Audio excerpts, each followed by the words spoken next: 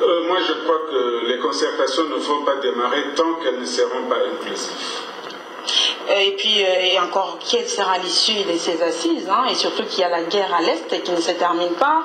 Il y a la ville de Goma qui est de nouveau menacée par les rebelles du M23. Pendant ces temps, on a programmé la date du début de ces assises.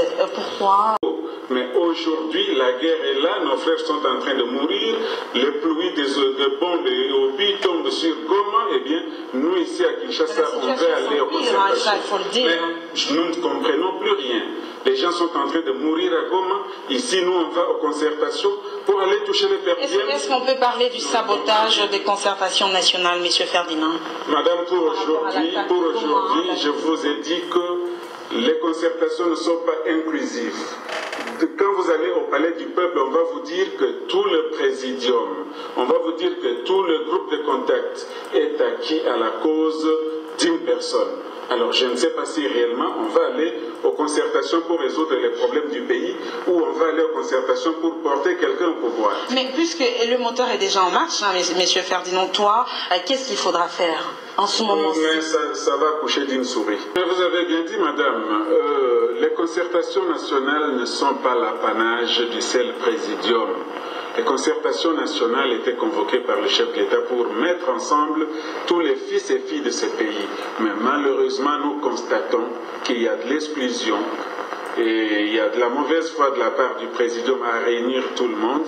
Et c'est pour cela que nous disons que ces concertations ne vont pas marcher. Mais tous les préalables n'ont pas été respectés. On peut parler de la dictature, hein?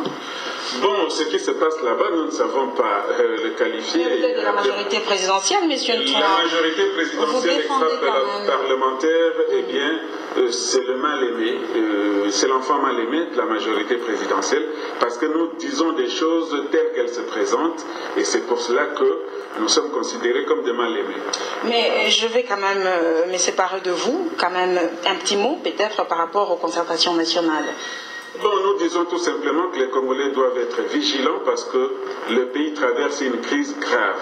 Nous ne pouvons pas prétendre aujourd'hui aller aux concertations nationales pendant que nos frères et sœurs sont en train de mourir à Goma dans un flux d'obus et de bombes largués par les rebelles du M23. Donc nous devons nous mettre ensemble autour du chef de l'État pour voir réellement si ces concertations peuvent se tenir ou si elles ne peuvent pas se tenir. Et avec un budget de 20 millions de dollars, madame, eh bien c'est du gâchis.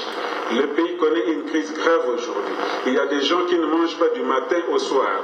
Vous prenez des communes comme Kimbantsek et Massinanchil, mais qu'on prenne cet argent qu'on est distribué aux nécessités, au lieu d'aller au palais du peuple pour se jouir du fruit du peuple congolais. Donc nous pensons que c'est du gaspillage. Monsieur Ferdinand, une question me vient à l'idée en rapport avec la campagne menée par l'opposition « Touche pas à mon D120 ». Qu'en dites-vous? Non, madame, nous avions déjà démontré que l'article 220 n'était pas verrouillé et même l'article 70 n'était pas aussi verrouillé. Donc, c'est une campagne qui ne sert à rien, c'est de la distraction.